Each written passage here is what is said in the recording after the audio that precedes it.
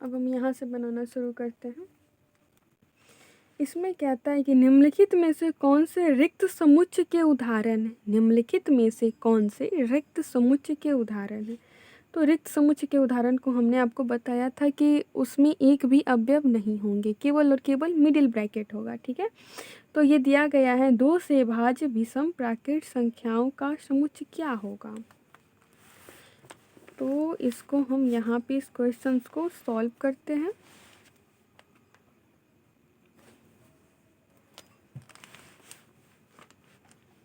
यहाँ पे है 2 से भाज्य विषम प्राकृत संख्याओं का समुच्चय। 2 से भाज्य विषम प्राकृत संख्याओं का समुच्चय क्या होगा। 2 सबसे छोटी सम अभाज्य संख्या है और कोई भी विषम प्राकृत संख्या ऐसा नहीं होगा जो 2 को विभाजित कर देता हो। तो यह हमारा क्या हो जाएगा, क्वेश्चन नंबर 1 हमारा एक रिक्त समुच्चय हो जाएंगे। ठीक है, रिक्त समुच्चय के उदाहरण हो जाएंगे। देखिए यहाँ पे 2 क्या कहता है, 2 कहता है कि सम अभाज्य संख्याओं का समुच्चय। सम अभाज्य संख्याओं का समुच्चय क्या होगा, सम अभाज्य संख्याओं का समुच्चय 2 सबसे छोटी सम अभाज्य संख्या है। तो क्या यह हमारा रिक्त समुच्चय होगा, तो नहीं, यह हमारा रिक्त समुच्चय नहीं होगा, क्योंकि रिक्त समुच्चय हमारा वही होता है जिसमें एक भी अवयव न हो। तो यह क्या हो जाएगा, रिक्त समुच्चय हमारा नहीं होगा। ठीक है, थर्ड नंबर कहता है यहाँ पे एक्स। थर्ड नंबर कहता है कि एक्स सच डैश एक्स एक प्राकृत संख्या है और एक्स का जो वैल्यू है वो 5 से कम है और साथ ही एक्स जो है ना वो 7 से बड़ा है। एक्स का वैल्यू क्या है कि 7 से बड़ा है और 5 से छोटा है। तो ऐसी कौन सी प्राकृत संख्या होगी जो 5 से बड़ी और 7 से छोटी होगी। तो वो हमारी एक ही तो हो सकती है।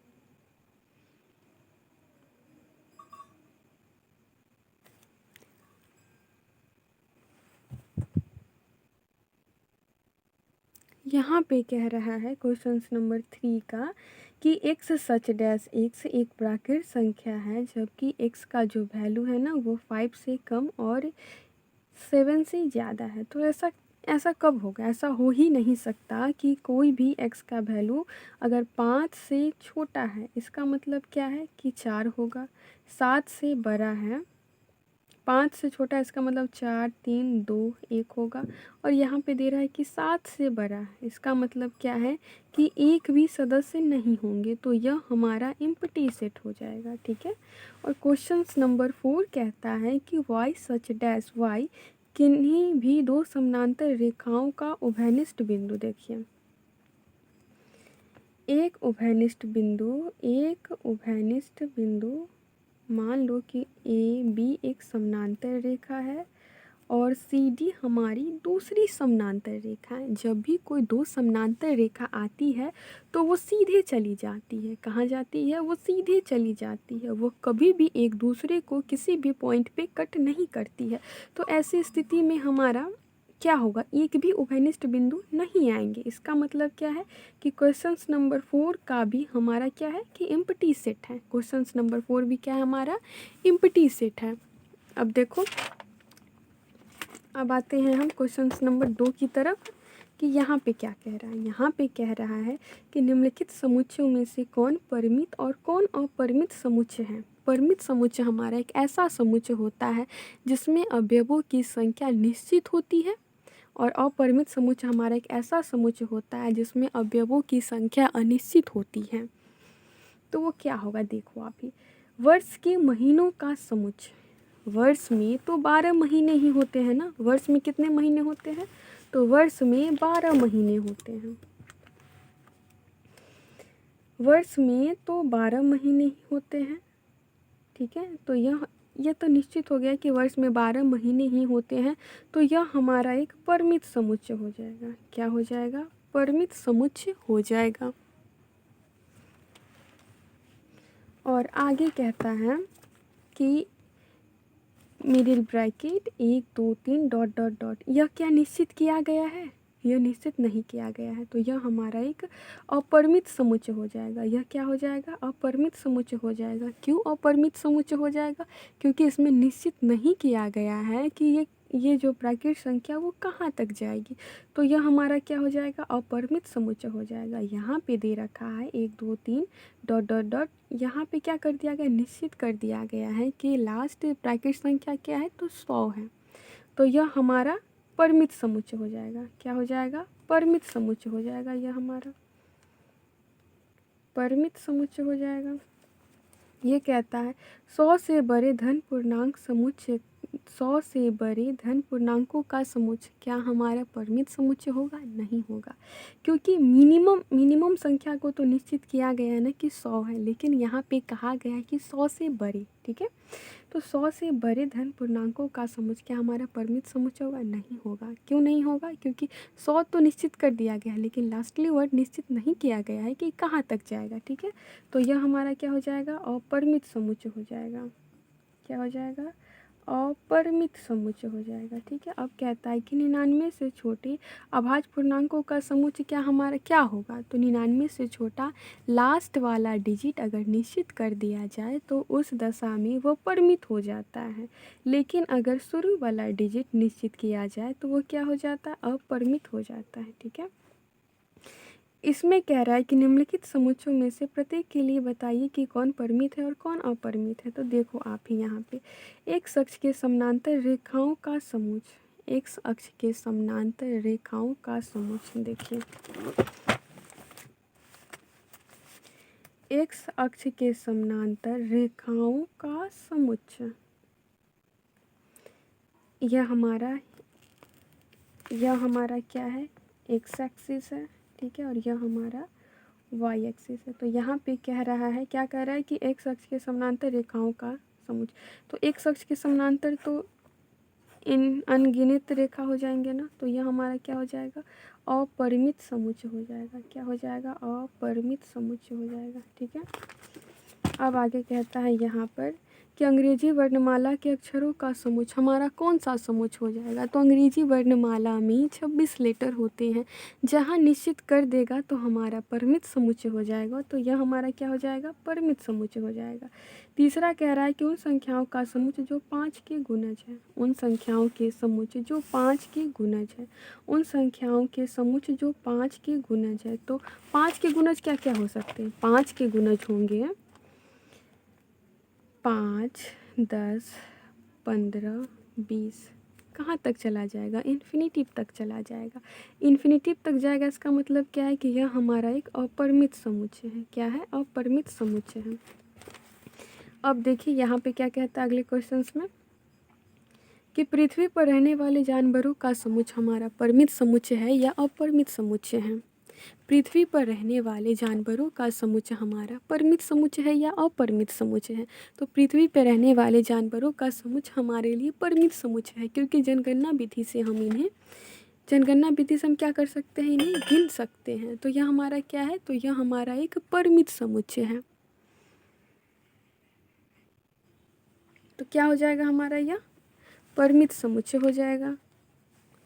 4th नंबर का हमारा परिमित समुच्चय हो जाएगा, ठीक है। कह रहा है कि मूल बिंदु 0 0 से होकर जाने वाले वृत्तों के समुच्चय, मूल बिंदु 0 0 से होकर जाने वाले वृत्तों के कितने समुच्चय हो सकते हैं। तो अगर हम कोई यहाँ पे मूल बिंदु बना देते हैं, जैसे कि आप देख सकते हो कि यहाँ पे क्या है, मूल बिंदु हमारा यहाँ पे आता है 0,0, तो यहाँ से कितनी वृत्त गुजर सकती है, तो इन अनगिनत वृत्त गुजर सकती है ना। तो यह हमारा क्या हो जाएगा, यह हमारा एक अपरिमित समुच्चय हो जाएगा। क्या हो जाएगा, अपरिमित समुच्चय हो जाएगा। आइए आगे देखते हैं कि आगे क्या है। यह हमारा क्वेश्चन ख़त्म हो चुका है। अब हम 4th नंबर की ओर चलते हैं कि 4th नंबर हमारा क्वेश्चन क्या कहता है। तो 4th नंबर कह रहा है कि निम्नलिखित में बतलाइए कि a is equal to b है अथवा नहीं है। a is equal to b हमने पिछले वीडियो में कंसेप्ट के बारे में चर्चा किया था कि क्या होता है।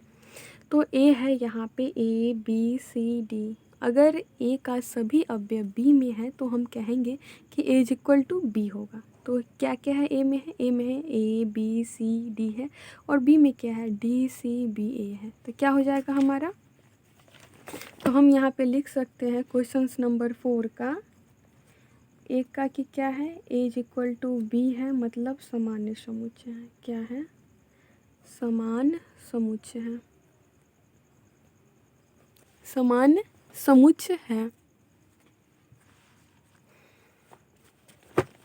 यहाँ पे क्या कह रहा है, देखो आगे कह रहा है कि a इज इक्वल टू 4, 8, 12, 16।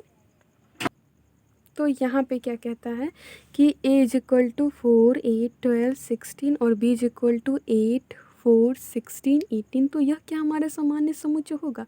तो यह हमारा सामान्य समुच्चय कैसे होगा, क्योंकि 4 तो इसमें है, 8 भी है, 16 भी है, क्या 12 है, नहीं है। तो यह हमारा सामान्य समुच्चय नहीं होगा। तो इसीलिए हमने इसको यहाँ पे कट लगा रखा है, ठीक है। अब थर्ड नंबर क्वेश्चन कहता है कि 2, 4, 6, 8, 10, ठीक है।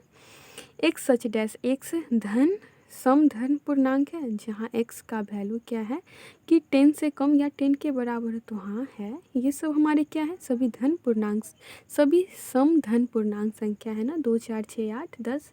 तो हाँ, यह हमारा सामान्य समुच्चय हो जाएगा। फोर्थ नंबर कहता है 4 का 4, एक a is equal to x such dash x संख्या 10 का एक गुणज है।